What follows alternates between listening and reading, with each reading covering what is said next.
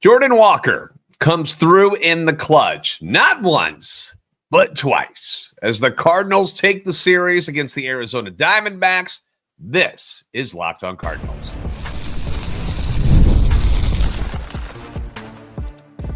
You are Locked on Cardinals, your daily St. Louis Cardinals podcast, part of the Locked on Podcast Network, your team every day.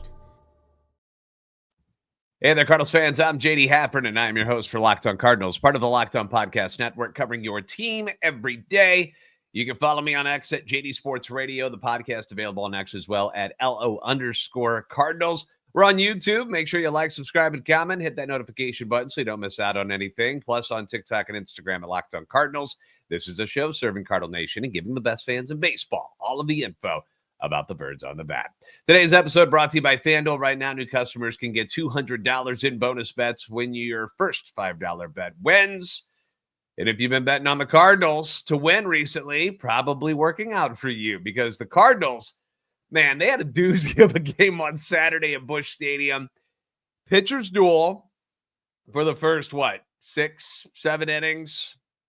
And then it kind of went sideways later on.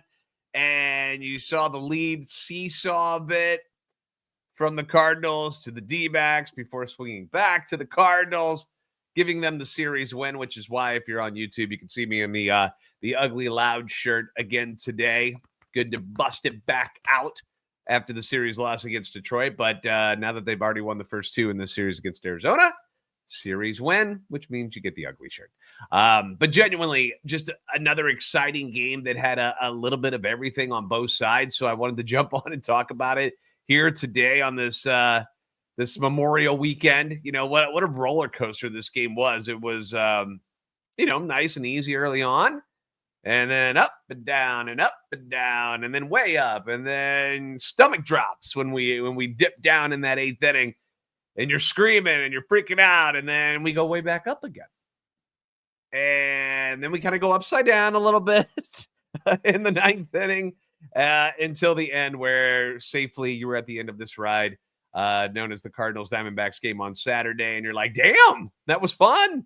And just over 37,000 fans in attendance to witness it at Busch Stadium, which was great. It was nice to see Busch filled again.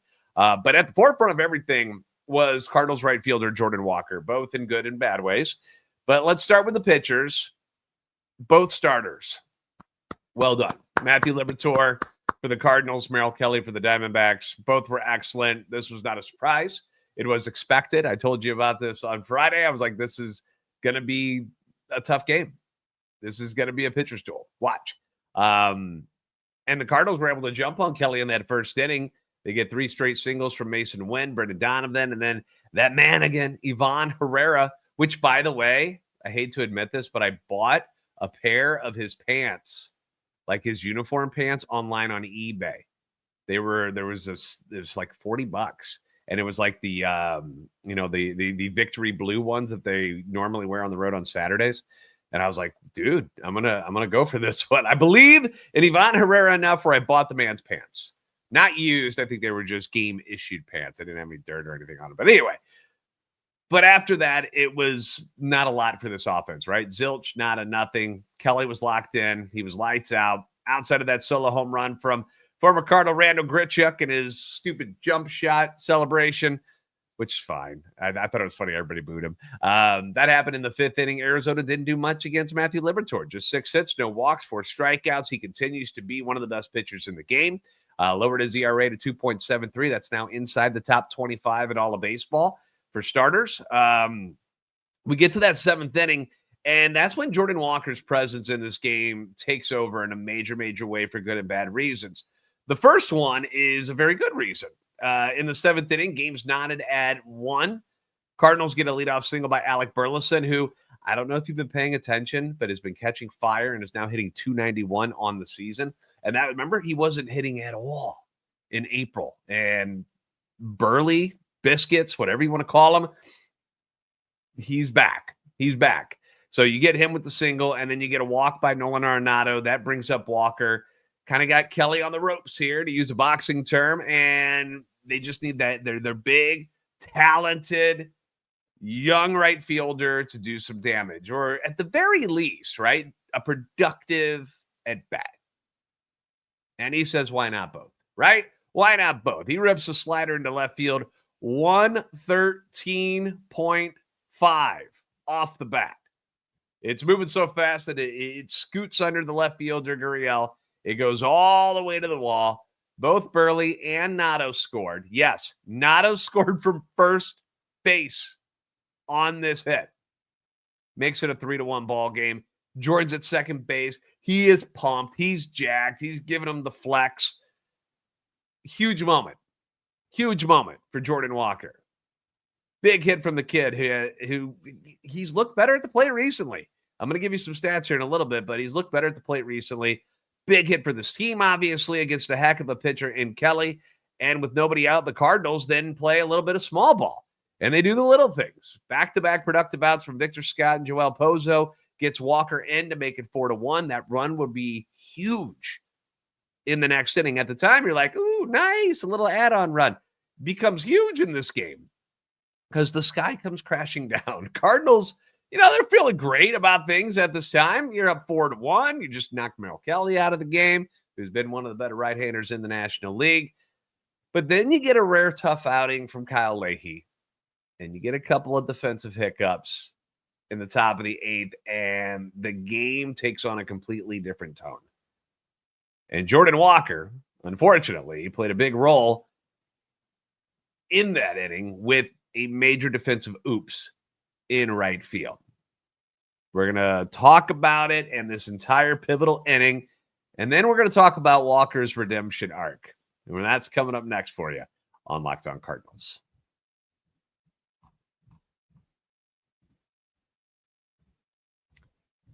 The NBA playoffs are in full swing, and every night delivers highlight-worthy performances, major momentum shifts, and can't-miss moments. Whether it's a game-winning shot or a breakout player, there's never been a better time to get in on the action. I know we're all talking about Tyrese Halliburton right now for obvious reasons. Pacers, man. Pacers. FanDuel makes it easy to stay in the game before tip-off and when the game is live. They got the player props. They got performance trends and same-game parlays. Fans have more ways than ever to play smart and win big. If you've got a read on who's heating up in one of these two series that remains or in a particular game, you can back it up with the same-game parlay. So many stars to choose from, obviously. I talked about Halliburton with the Pacers. Obviously, big names over on the Knicks with Brunson and company in the Eastern Conference Finals. In the West, Oklahoma City Thunder. Shea Alexander, how are you not going with the MVP? Minnesota Timberwolves, obviously, as well. Anthony Edwards, monster. So a lot of fun guys to choose from in these series. And if you're new to FanDuel, it's the perfect time to sign up because you can head to FanDuel.com and place your first $5 bet. If it wins, you're going to get $200 in bonus bets. So make every moment more with FanDuel, the official sports betting partner of the NBA.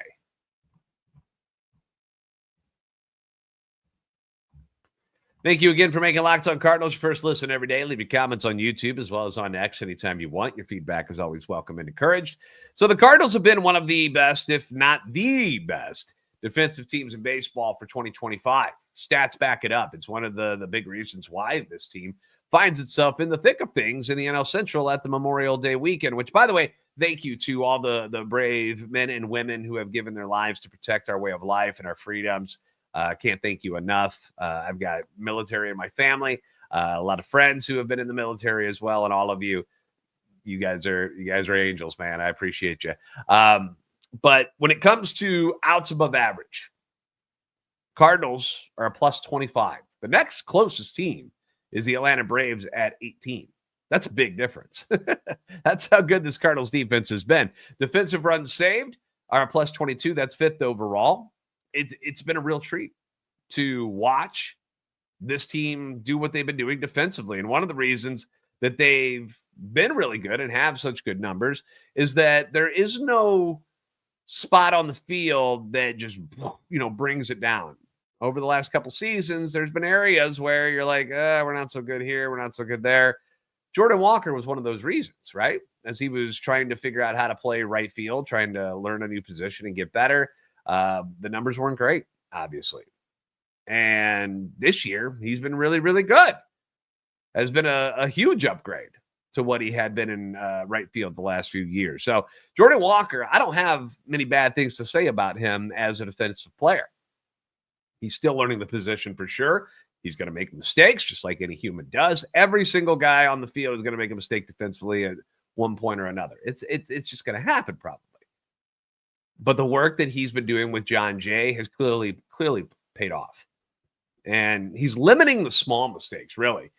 And that's been a huge improvement on what's going into what he's doing in right field. He doesn't have to make all the dazzling plays all the time. Just don't screw up the small ones and the easy ones, and you can move on from that and live with that. He's making the plays he's supposed to make, and also getting to some that perhaps he shouldn't. Dude can cover a lot of ground. Again, 84th percentile in sprint speed. Jordan Walker can move. And then you got Victor Scott out there in the 99th percentile in sprint speed. They cover a lot of ground together in center field and right field. So that's nice. And then you got a very capable left fielder, Lars Nootbaar, obviously, who's not spectacular, but you'll see him make some pretty cool plays. That jumping play into the wall in foul territory recently, obviously a huge highlight. That was a massive play for Lars Nootbaar. But the eighth inning on Saturday, Jordan Walker goes for a do-or-die play in right field. And I don't have a problem with him doing that. It's just doing it at the time that he did it. He shouldn't have gone that aggressive at that point. And it ends up costing the Cardinals. Top of the eighth, Diamondbacks string together. What do you get? You got a double, you got a single, then a sac fly, and that made it 4-2. Then there's another single, and this is all off Leahy. And Ali goes to Mats to face the lefty Josh Naylor. Only 10 pitches for Leahy, 8 of them strikes. He only gets 1 out. The Diamondbacks were just finding holes. I'm not sitting here worried about Kyle Leahy by any means. This was not a great game for him. And it was because the Diamondbacks just found holes. I mean, neither the hits from Perdomo or Suarez were hit all that well. It's not like they were stinging the ball all over the yard and he was giving up bombs. That's not what happened. They just found grass, and that's going to happen to a pitcher eventually. But this is when the big blow happens. So they switch pitchers. Naylor rips a line drive to right field, and Walker tries to make the sliding grab. And he whiffs. Ball goes to the wall. Both runs score. Naylor ends up with a triple. Your game is tied.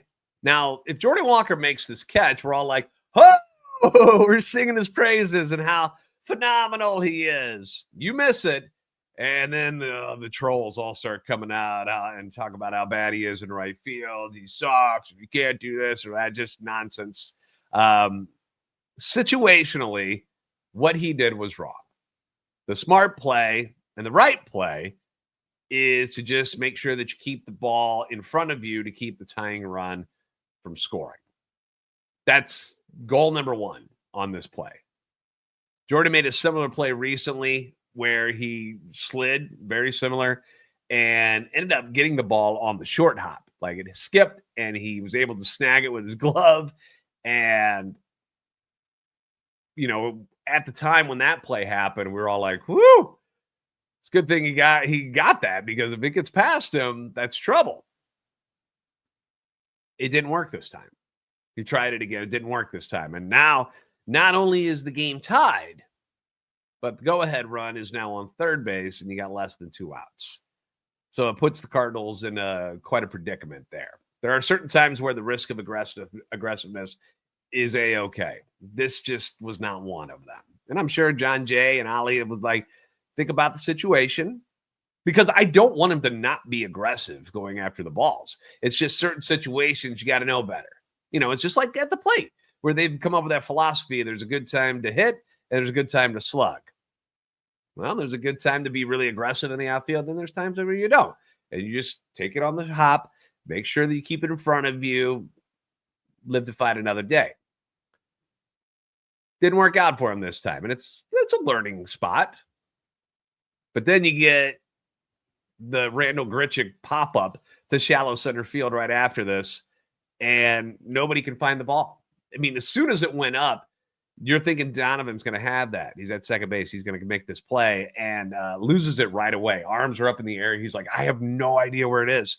Victor and Jordan are flying in towards it, but they can't get to it. And it drops in for an RBI double. Stuff that we have not seen from this Cardinals defense hardly at all this year happens in one inning. And the lead is given up because of it. 6-5 ball game now with the Diamondbacks in front. Crowd is stunned. Diamondbacks have all the momentum. They're like, oh my gosh, look at us. But thankfully, the guys in that Cardinals dugout and the guys who were on that field at the time, they didn't have the reaction to all of this the way some fans did, which I was shocked to see. Online during the game, I'm on X talking about plays and stuff, which you can always follow along, and it's fun to interact with fans. But how many people were like, I'm done. This team's over. This game is over. I'm turning off the TV. Like, I was just like, what? It's a one-run game. What are you, nuts? Like, how do you flip that quickly and just, you're like, nah, I'm out? Like, it's crazy to me. You guys were so upset. And it's like, yeah, I was shocked. I wasn't mad at anybody. I was just like, I can't believe I'm watching this. I can't believe this just happened, because we're so used to the Cardinals making all the plays. And when it doesn't happen, you're like, wait, what? We're human? Anyway, the St. Louis Cardinals, the team, luckily they didn't quit like some fans did. Bottom of the 8th, Cardinals down by 1 now, and this roller coaster is going to swing back into the Cardinals side of things. And it starts with Ivan Herrera, who takes a walk. He's so good. Then I own his pants. I'll throw it out there again. I can't wait to show them to you guys on the podcast. Anyway, so he walks. Alec Burleson doubles on fire recently. Huge at bat for Burley. And that brings up Nolan Arenado. First pitch swinging. I don't like that. Never have, never will. But he puts the ball in play. He doesn't pop out, which he's been known to do from time to time. He doesn't strike out. Hits it into the hole between short and third. Gets something he liked, pulls it down there. Eugenio Suarez makes a nice play to his left, sliding play to his left to cut the ball off. Gets it, has to throw to first. Knows he doesn't have a play at home plate. Game is tied. But there was another part of this play that was huge, and that was the base running by Alec Burleson, who goes from second to third base on the throw to first base because Suarez didn't look him back long enough. Suarez makes this nice play, kind of glances at home, realizes he can't get the person, goes over to first base, never really looks at Burley, and Burley just scoots right on over to third base. Tight play.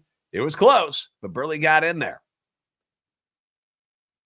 So now you've got a runner on third, 2 outs, and once again, it's Jordan Walker coming to the plate.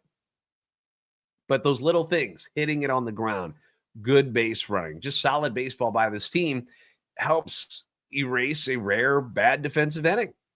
So now you got a tie ball game, and it's little things that got him right back into it. So you got to love that stuff. So here's Walker. Big 2-run double his last time up. Tough play in the field right after that. How will he respond?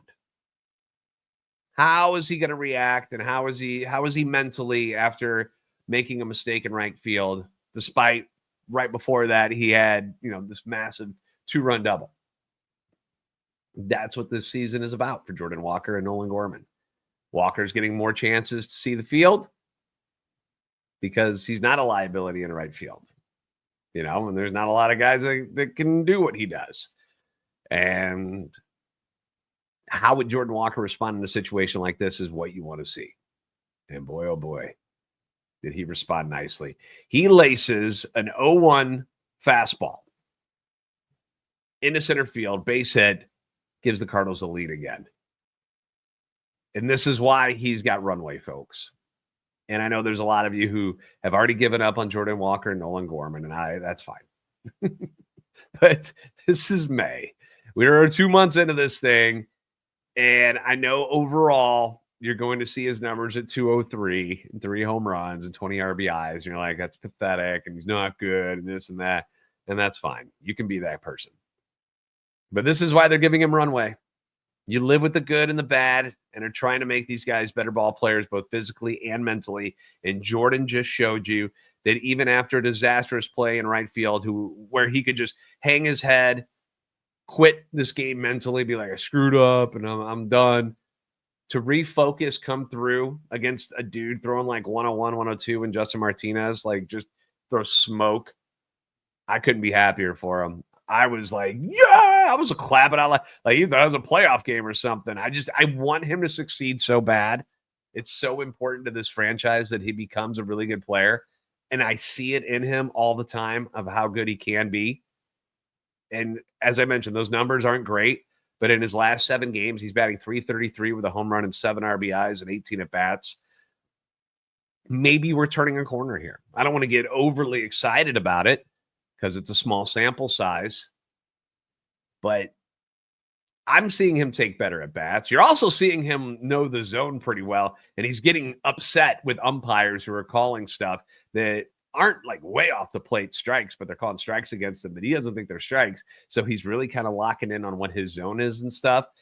And he's, I'm sure he's thinking, it's hard enough for me right now. I don't need you guys helping the pitchers, but I don't know. I like the feistiness, but it was another massive hit for Jordan Walker and this team. And it was awesome to watch. It wasn't over yet because the Helsley experience, heart attack Helsley, keeps coming out and stressing everybody out. Things got interesting in that 9th inning. Leadoff single. He gets a strikeout, but then there's that 10-pitch walk, which was awesome at bat. And now you've got tying run at second. There's 1 out. Always base runners on when Ryan Helsley is pitching. Clean innings are a rare thing with him. And then you get arguably the defensive play of the game. Happens when your platinum man, Nolan Arenado, and Alec Burleson pull off an outstanding play. Lourdes Gurriel Jr. has another long at bat against Helsley after that 10-pitch walk. He goes 6 straight foul balls before ripping one in the hole. And Nato dives to his left, spears it, throws to first, and Burley has to scoop it. Last few years, you don't think about that at all because you got Paul Goldschmidt over there. Alec Burleson is not an everyday first baseman by any means. He's working hard on it. He wants to be. And that was a hell of a scoop to save a run. They get the second out. Just a hell of a play on both sides. Helsley ends up whiffing Suarez on a wipeout slider to close it. Incredible game.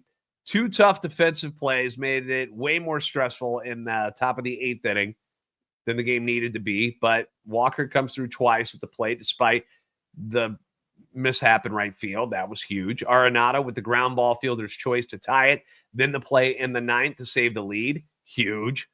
Matthew Liberatore's start. Fantastic. That was huge.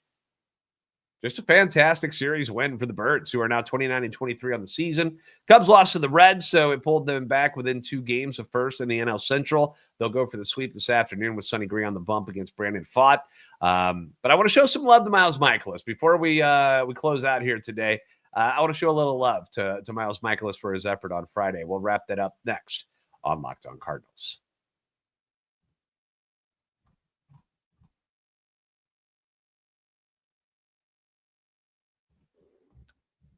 Thanks again for making Locked On Cardinals your first listen today. For your second listen, check out the all-new Locked On MLB Game Night. Every game, every night, all season long. Get local analysis on a national scale. You can find MLB Game Night on Locked On MLB on YouTube or wherever you listen to podcasts. So on Friday, we talked about how good this pitching staff has been this year, how surprisingly good they have been this year, because honestly, most people looked at this rotation and coming out of spring training, you're like, no true number one, really. Nothing really exciting after Sonny Gray, if he is your number one. And the guys you wanted to see, the young guys, Quinn Matthews, Michael McGreevy, they went down to Memphis. So far, you've seen these guys step up, man. And I mentioned how good Miles Mikolas was after the Boston game, after the Boston massacre. And he was superb again on Friday. 6 innings, 1 run, 4 hits, the solo home run by Ketel Marte. And once again, using his excellent defense that the Cardinals have been playing, keeping the ball away from the heart of the plate, working the corners, changing speeds. He's just pitching so confidently and rarely missing spots. And it's led to a ton of success. for Miles and this team. He's allowed a combined 5 runs in his last 6 starts, over 33 2/3 innings. The updated numbers since that disaster in Boston on April 6th, 8 starts. He's 4-1. The team is 5-3 in those starts. 43 1/3 innings, 10 runs on 31 hits, just 3 home runs. We know the home run ball has been a problem for Mikolas over the years. He's slowed that down. 13 walks, never really worry about him putting a lot of people on. 27 strikeouts, so a little over 5 innings per outing. ERA at 2.08.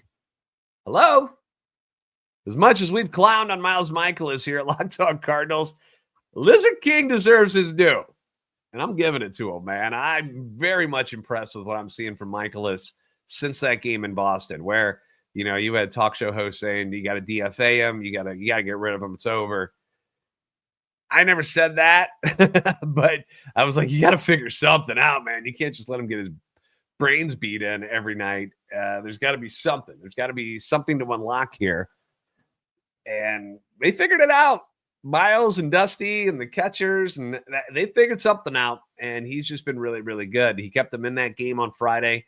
Cardinals finally broke through on Zach Gallen in that 6th inning, highlighted by the Arenado 2-out, 3-run triple to give them a 4-1 lead.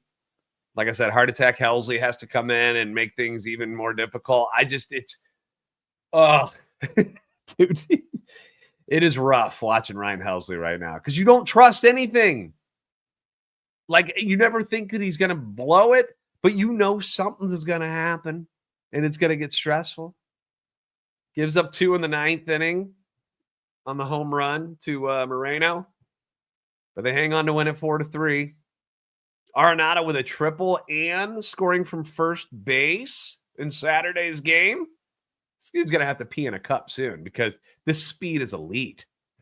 Going to have to up his speed on MLB The Show pronto. I'm joking. He's still one of the slowest players in the league. Sprint speed at 13. Yeah, he's not fast, but running the base as well. How do you score from first on Jordan Walker double on Saturday? Like, nobody thought we'd talk about how amazing it is to watch Victor Scott do it. No one Arenado just did it. That's crazy. And then, of course, a triple to left center. This team continues to play very, very well as a team, right? They pull out victories together. Certain guys step up at certain times. You know, Newbar shows the power from time to time, but getting on base all the time. Victor Scott, bottom of the order, speed, excellent defense in center field. Swinging the bat very, very well, obviously, this year. Is the second leadoff guy in this order. Jordan Walker, working on things, trying to figure it out, but much better lately. Nato, defense, Gold Glove worthy. No doubt about that. He's been outstanding. He's not hitting home runs. Get over it. It's not going to happen. It's just not. This is who he is right now. But he's getting, when he comes up to the plate lately, it seems like he gets the job done more times than not. Yeah, you're going to get the pop-ups and stuff, but it happens. But he's not killing this team sitting in that number 4 spot anymore where guys are just left on. And now he's getting his jobs done. He's always moving guys over all the time. Like I said, the triple, the home run against Skubal the other night. He's been great. Mason Wynn, great since going up to the number 2 spot. Brendan Donovan, super solid. Wilson Contreras dealing with those back spasms, feeling better, apparently. But Alec Burleson's been stepping up, and he's been great. Of course, you got Ivan Herrera, Pozo, Pajes. That triple threat catcher thing that they got going on, it's working. Pitching's been good. The D-backs are a really good team, and the Cardinals will go for the sweep on Sunday. That's pretty darn impressive. Pretty darn impressive. Going for their 30th win here in May. That's great. We'll have a new episode on Monday for you. Enjoy the rest of your weekend. Thanks for making Locked On Cardinals your first listen every day. If you haven't already, give us a follow on X at @LO_Cardinals and at JD Sports Radio, TikTok and Instagram, and Locked On Cardinals. Like, subscribe on YouTube. Help our channel and love for the Cardinals grow. You guys are the best fans of baseball for a reason. We'll see you next time on Locked On